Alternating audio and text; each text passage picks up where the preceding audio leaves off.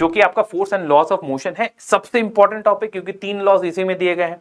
जब 3 लॉज दिए गए तो इन 3 लॉ को समझाने के लिए जो 2 लॉ है, उन 2 लॉ को समझाने के लिए 2 अलग अलग फिजिकल क्वांटिटी हम लोगों ने बनाई। जैसे इनर्शिया क्या होती है, इनर्शिया को समझाया तब जाके फर्स्ट लॉ आप समझे, उसके बाद जब हम मोमेंटम को समझा रहे हैं तब जाके आप सेकंड लॉ समझोगे। समझ रहे हो बात? ठीक है, तो मोमेंटम क्या होती है, इनर्शिया, 3 तरह की इनर्शिया होती है, inertia in rest, inertia in motion, inertia in direction. तो आपको ये सारी चीजें पता होनी चाहिए।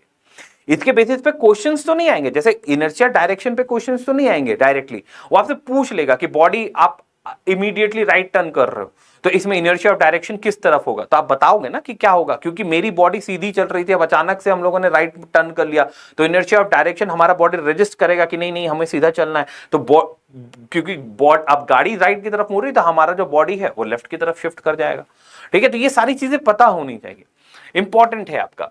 न्यूटन्स लॉ ऑफ मोशन आपको एकदम याद हो जाना चाहिए कि फर्स्ट लॉ क्या होता है, सेकंड लॉ क्या होता है, थर्ड लॉ क्या होता है, उनके नाम क्या होते हैं। ठीक है, जैसे फर्स्ट लॉ को लॉ ऑफ इनर्शिया बोलते हैं, तो ये सब पता होनी चाहिए। इनर्शिया और मास के बीच में रिलेशन होता है, डायरेक्टली प्रोपोर्शनल होती है। अब छोटी छोटी बातें भूल जाओगे। ठीक है, अब इसी के बेसिस पर फिर न्यूमेरिकल आता है।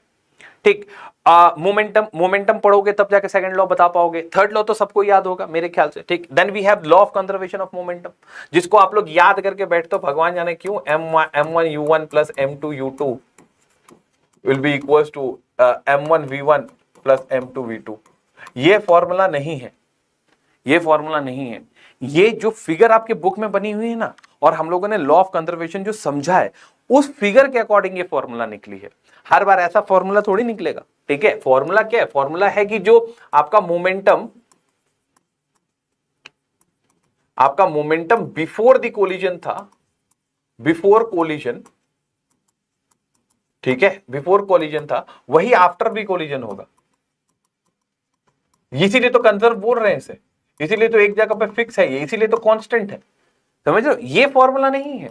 ये जो आप फिगर देख रहे हो ना आपके बुक में, उस फिगर के अकॉर्डिंग ये जब फॉर्मूला बैठाए हम लोग मोमेंटम बिफोर कोलिजन और आफ्टर कोलिजन, तब जाके ये आंसर आया है। ठीक है, आंसर ये नहीं है। ठीक, आपका फॉर्मूला वो नहीं है, ये सारी चीजें हैं। So that is also important. ठीक है,